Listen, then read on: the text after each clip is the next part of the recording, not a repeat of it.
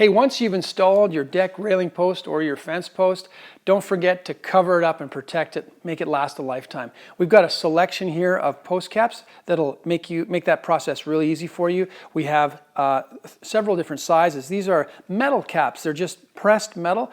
Then we electrogalvanize them and we powder coat them. They're in black. This is a stainless, a real stainless, and the same thing with copper. We have these in a 3.5 inch, 4 inch, 5.5 inch, and a 6 inch size. These are the various options. You'll notice that copper is only available in the smaller sizes. There's just not a lot of people that really want the larger size in copper, so we haven't gone that route just yet.